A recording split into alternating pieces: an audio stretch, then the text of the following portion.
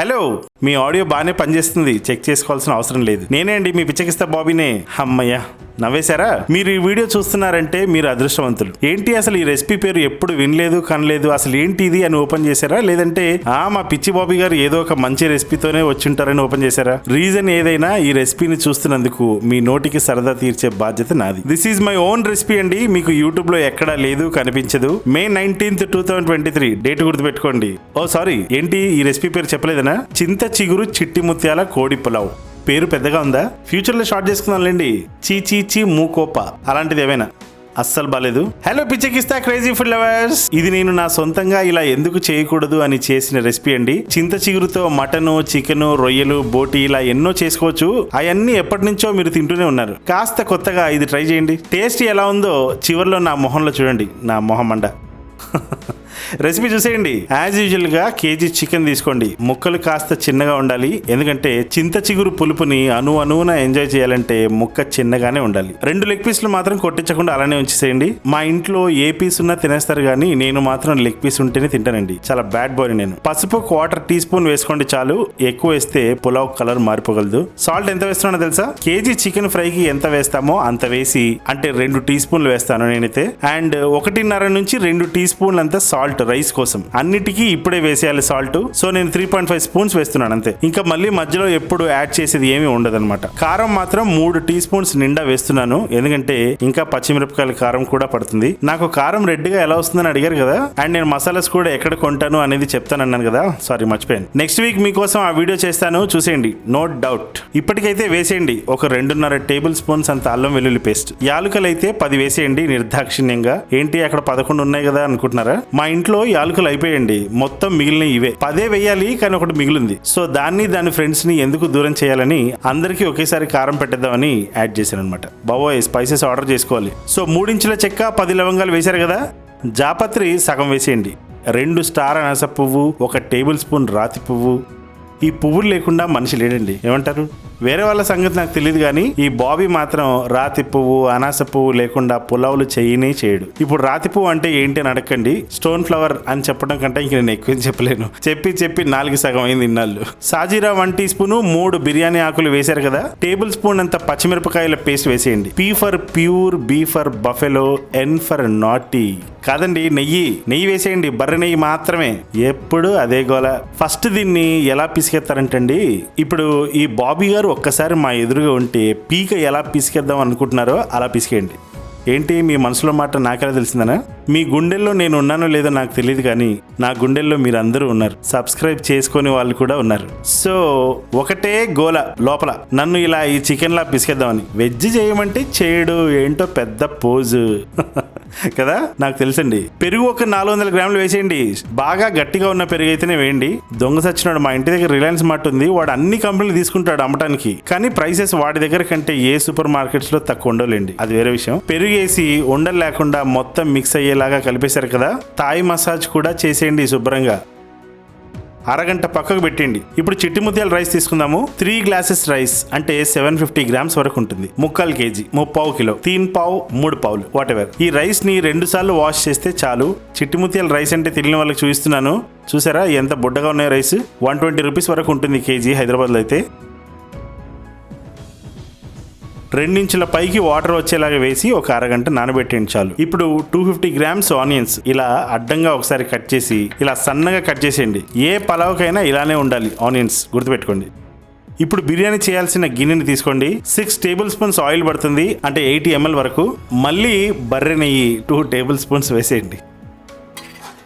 ఒక 20-30 జీడిపప్పు వేసేయండి ఆయిల్లో, మీడియం హీట్ అయ్యాక. లో ఫ్లేమ్లోనే జీడిపప్పు కాస్త కలర్ మారేంత వరకు ఫ్రై చేసి కట్ చేసిన ఆనియన్స్ వేసేయండి. ఆనియన్స్ బాగా ఫ్రై అయ్యాక చేతి నిండా కొత్తిమీర వేసేయండి. కొత్తిమీర ఫ్రై అయిపోయిన తర్వాత జస్ట్ 1 నిమిషంలోనే మ్యారినేట్ చేసిన చికెన్ని వేసేయండి. ఇందులో జస్ట్ స్ప్రెడ్ చేసేసి మీడియం ఫ్లేమ్లోనే 2 మినిట్స్ వదిలేయండి.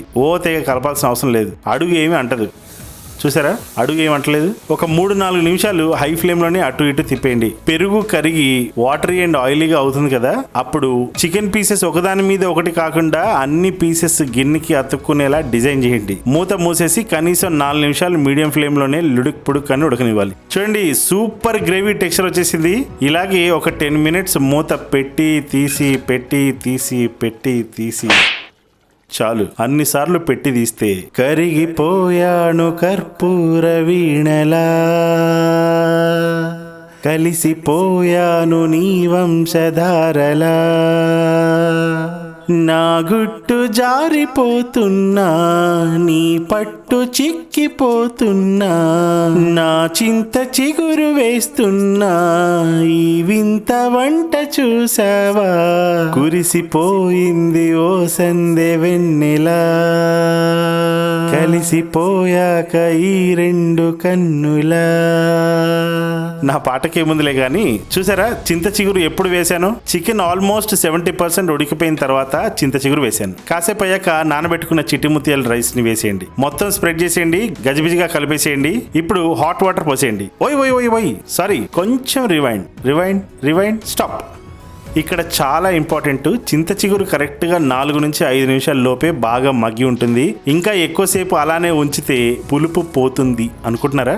ఏమండి, మీకు విషయం తెలుసా? ఉడకవే ఓ ఉల్లిపాయ, నువ్వెంత ఉడికినా నీ కంపు పోదు. చిమడవే ఓ చింతకాయ, నువ్వెంత చిమిడినా నీ పులుపు పోదు. మరి చింతకాయలోని పోని పులుపు చిగురులో ఎలా పోతుందండి? లాజికే కదా. ఇందాక నేను చెప్పిన పద్యం జనరల్ నాలెడ్జ్ పెద్దబాల శిక్షలో నేను చదివాను చిన్నప్పుడు. ఇప్పుడు చదివిస్తున్నారు పిల్లలకి. ఓకే, చిట్టిముత్యాల రైస్ ఆ గ్రేవీలో కాస్త ఒక 3-4 నిమిషాలు ఫ్రై అయిన తర్వాతే వాటర్ పోసేయాలి. అది కూడా హాట్ వాటరే. అండ్ చిట్టిముత్యాల రైస్ కి వాటర్ కొలత తెలుసా? మళ్ళీ మ్యాథ్స్ క్లాస్ చెప్తున్నాడు అనుకోద్దు, ఇది చాలా అంటే చాలా ఇంపార్టెంట్. రెగ్యులర్ సోనా మసూరి బాస్మతికి వేసేలాగా వేస్తే పెద్ద బిస్కెటే. దీనికి వాటర్ కాస్త ఎక్కువ పడతాయండి బాబు. వీకెండ్ వస్తే నేను ఒక బీర్ ఎక్కువ ఎలా తాగేస్తానో ఇది కూడా అంతే. 30 మినిట్స్ నానిన 3 గ్లాసుల రైస్ కి ఎంత పోస్తాం మనం? మామూలుగా 5.5 గ్లాస్ వాటర్ వేస్తాం ప్రెషర్ కుక్కర్ అయితే. మరి ఇలాంటి గిన్నెలో అయితే రైస్ నానబెట్టినప్పటికీ 3 గ్లాసులకి 6 గ్లాసుల వాటర్ పోయాల్సిందే. కానీ ఇది చిట్టిముత్యాల రైస్ కదా, చెప్పాను కదా ఒక బియర్ ఎక్కువ పడుతుందని. సారీ అండి, రేపే వీకెండ్ కదా, ఈ ఎదవ నోటికి అదుపు ఉండట్లేదు. అరగంట నానబెట్టిన 3 గ్లాసుల చిట్టిముత్యాల రైస్ కి 6.5 గ్లాసులు పడతాయి. అది కూడా హాట్ వాటర్ అయితేనే. చెప్పానా ఒకటి ఎక్కువ పోసుకుంటుంది ఇది అని? చెప్తే వినిపించుకోరు. నీళ్లు పోసిన తర్వాత హై ఫ్లేమ్ లోకి షిఫ్ట్ చేసేయండి. వెంటనే పొరపాటున మీడియం కానీ లో ఫ్లేమ్ లో కానీ పెట్టారంటే షర్బత్ తాగొచ్చు, చింత చిగురు షర్బత్. హే, ఇదేదో బాగుంది కదా, ఎప్పుడైనా చేస్తాలే ఆ రెసిపీ కూడా. మూత ఇందాక పెట్టింది ఒకేసారి మళ్ళీ పెట్టకండి, మళ్ళీ చివరిలో పెట్టాలి. మూత తీసేసి ఆయిల్, గీ, మసాలాలు, చింత చిగురు అన్ని రైస్ తో బాగా కలిసిపోయేలా కలిపేయండి. ఇలా ఈ ప్రాసెస్ కనీసం ఒక 12 నుంచి 15 నిమిషాలు పడుతుంది. And that to depends on your మంట మేనేజ్మెంట్. బాంబే ఉప్మా రవ్వ వేడివేడి ఎసరులో వేయగానే పొగరు వదులుతుంది చూసారా, సేమ్ అలానే ఇది కూడా అవుతున్నప్పుడు సిగ్నల్ అనమాట. ఇంకా అర్జెంటుగా మంట సిమ్లో పెట్టేసి టైట్ గా సిల్వర్ ఫాయిల్ తో మూత పెట్టేయండి రా అని. మూత మీద ఏదైనా బరువు పెట్టేసి 15 మినిట్స్ లో ఫ్లేమ్ లోనే పెట్టి 15 మినిట్స్ తర్వాత ఓపెన్ చేస్తే అగ్గస్ యమరంజు మీద ఉంది పుంజు, అరే జమాయించి దూకుతుంది రోజు, తిరుగుబోతు పెట్టని బుట్ట కింద పెట్టుకో, దుమ్ము రేపిపోయాక అమ్మమ్మ అబ్బబ్బో అనకే రంగసాని. యమ రంగు తేలి ఉంది పిట్ట, దాని జమాయింపు దాచలేదు బుట్ట, దమ్ములుంటే రమ్మను మెరక వీధి మధ్యకి, కాలుబారు పుంజు అని అప్పుడే చెప్పకు గొప్పలు రౌడీ మామా. యమరంజు మీద ఉంది పుంజు, అరే జమాయించి దూకుతుంది రోజు, భలే బారు పుంజని పొదల్లోకి లాగి, పిచ్చి వేషాలేసావంటే పట్టుకొని లాగుతాను 2 జడలు 2. జడలు పట్టి లాగిన జారు పైట జారిన, నిన్ను విడిచిపెట్టదురు ఒగలా సెగలా గుబులు మరి పెట్ట వడేసి పట్ట, ఒగల మారి పెట్టకి వాటమైన పుంజుకి, ముచ్చటంత తీరేదాకా కరిచి పిచ్చి రెచ్చి పోవునులే. అలా ఉంది రెసిపీ నాకైతే. ఒకసారి ఆ చింత చిగురు ఏదో మీకు ఇష్టమైన వాళ్ళకో మీకోసమో తెచ్చి ఈ బాబీ మాటని నమ్మి వండుకుంటే పోలే, మీరు కూడా ఇలా పాటలు పాడుకుంటూ తింటూ ఎంజాయ్ చేస్తారు నాలాగా.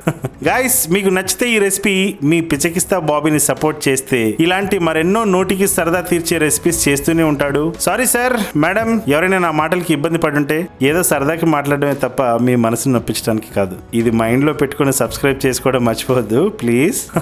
గాయస్, పెద్దలు, నాకంటే చిన్నవాళ్ళు, దయచేసి మీ పిచ్చకిస్తా బాబీని సబ్స్క్రైబ్ చేసుకోండి. మనకి ఇంకో ఛానల్ కూడా ఉంది, బాబీ వేరే లెవెల్ దాని పేరు. దాన్ని కూడా సబ్స్క్రైబ్ చేసుకోండి. దాంట్లో నేను కనబడుతూ ప్రసంగిస్తాను, అధిక ప్రసంగిలాగా. కానీ మిమ్మల్ని ఎప్పుడు ఇబ్బంది పెట్టను, ఎంటర్టైన్మెంట్ తప్ప. ఈ మటన్ కర్రీ నా ఫేవరెట్ స్టైల్. రేపో మాపో పోస్ట్ చేస్తానులే. I love you all. ఉంటానండి, బాయ్.